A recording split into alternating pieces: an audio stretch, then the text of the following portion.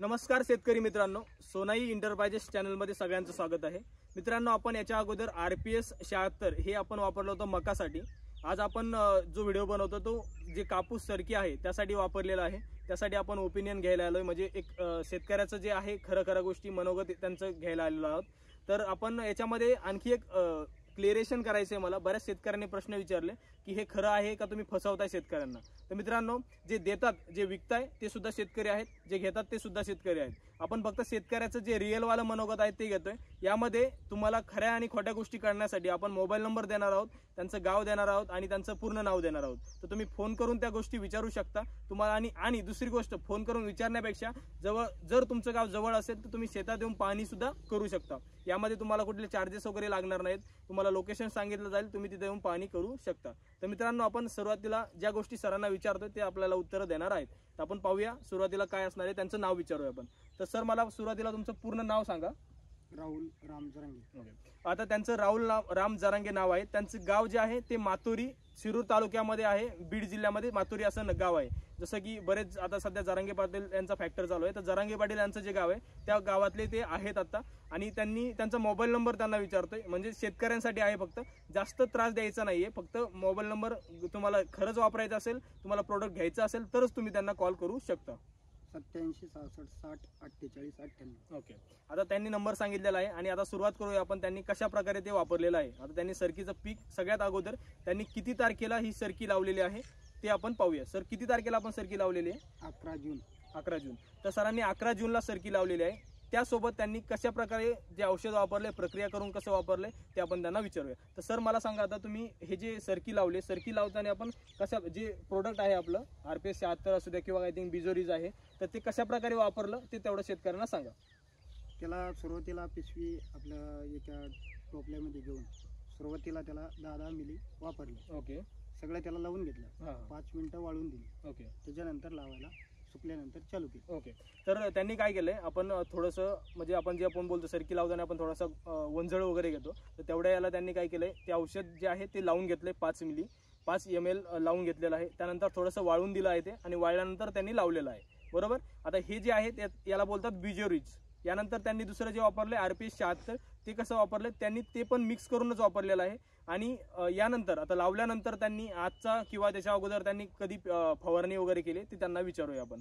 तर सर, मला सांगा, लावल्यानंतर आपण किती दिवसानंतर फवारणी केली? लावल्यानंतर 21 दिवसांनी फवारणी केली। कशाची फवारणी केली सर ती? RPS आणि सगळे यांचेच औषध वापरले। ओके, तर त्यांनी RPS 76 हे जे आहे ते त्यांनी वापरलेलं आहे। त्यानंतर आता सगळे शेतकरी एक प्रोसेस असते ज्यामध्ये आपण खत औषध फवारतो, खत वापरतो वगैरे। तर त्यांना विचारूया आपण खत कोणतं वापरलं आणि खत किती दिवसानंतर त्यांनी खत वापरले? 26 दिवसानंतर त्यांचं खत आम्ही वापरलं, DAP। ओके, म्हणजे लागवडीनंतर तुम्ही खत वापरले? हा, 26 दिवसांनी। आणि लागवडी टायमाला बी 1.5 एकरला 2 बॅग त्यांच्या वापरल्या DAP। तर त्यांनी लागवडीच्या टाइमला 1.5 एकरसाठी त्यांनी 2 बॅग वापरल्या DAPच्या।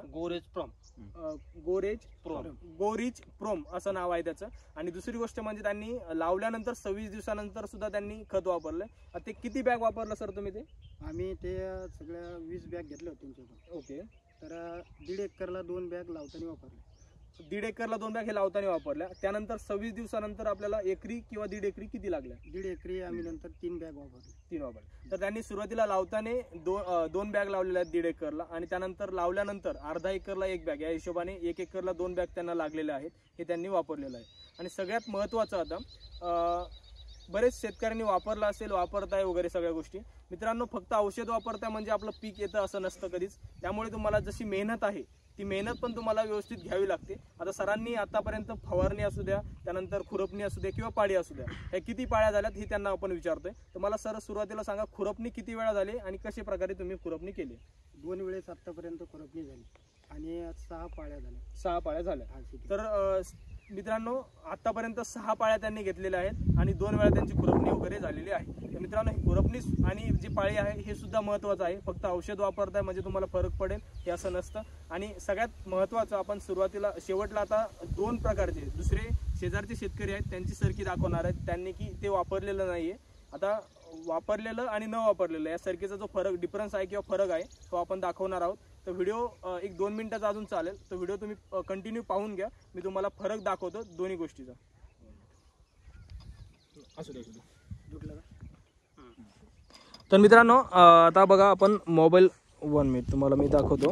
हे बघा इथे आपण जे वापरलंय त्याचे आता मी बसून एक फोटो आणि उंची दाखवतोय तुम्हाला मित्रांनो. हे बघा अशा प्रकारे उंची आहेत बरोबर. याला पानं वगैरे आता सरकीला पानावरून आपण ओळखतो सरकी किती झाले. त्यानंतर हे बघा अशा प्रकारची त्यांची सरकी आहे. आपण ही बसून दाखवलेलं आहे.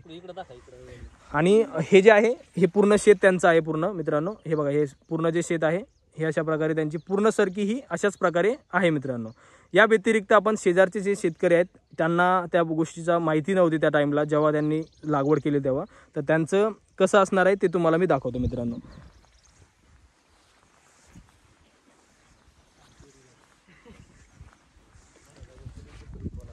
तर मित्रांनो हे बघा आपण जे शेजारचे शेतकरी आहेत तर शेजारच्या शेतकऱ्यांची आपण काय पाहतोय उंची पाहतोय मित्रांनो. किंवा वरून जरी पाहिलं तुम्ही तुम्हाला फरक जाणवेल. हे बघा शेजारचे शेतकरी आहेत त्यांचं शेतकरी मित्रांनो हे बघा हे असं वरून पण आपल्याला दिसतंय.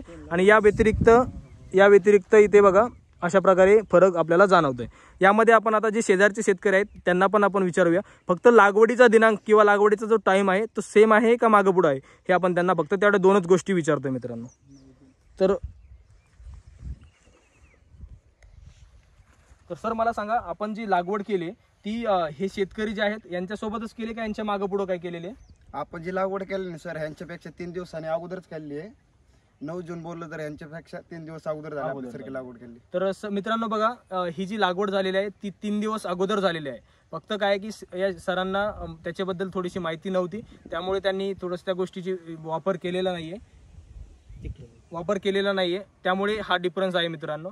आता यामध्ये तुम्हाला जर घ्यायचं असेल तर मी शेतकऱ्याचा नंबर जो दिलाय त्याच्यावरती तुम्ही कॉल करू शकता. किंवा त्या व्यतिरिक्त मी जे दुसरे शेतकरी आहेत जे देतात तुम्हाला प्रोडक्ट ह्यासाठी तुम्हाला त्यांचा नंबर भेटेल. आणखी एक महत्त्वाची गोष्ट मित्रांनो हे जे मातुरी गाव आहे यामध्ये कमीत कमी 50% शेतकरी जे आहेत त्या वर्गांनी या गोष्टीचा वापर केलेला आहे. यामध्ये तुम्हाला असं कधीच नाहीये की आपण हे दुकानदार आहेत यांची ॲडव्हर्टाइजमेंट करा वगैरे असं काहीच नाहीये. तर यांनी शेतकऱ्यांनी 50% वापर केलेला आहे. काही शेतकऱ्यांना त्या गोष्टीची उशिरा माहिती मिळाली त्यामुळे त्यांचा वापर झाला नाहीये. तर मित्रांनो या गोष्टीची खातिरदारी करूनच हा व्हिडिओ बनवतोय मी. व्हिडिओ जर आवडला तर व्हिडिओला लाईक करा आणि चॅनलला सबस्क्राईब करायला विसरू नका. धन्यवाद मित्रांनो.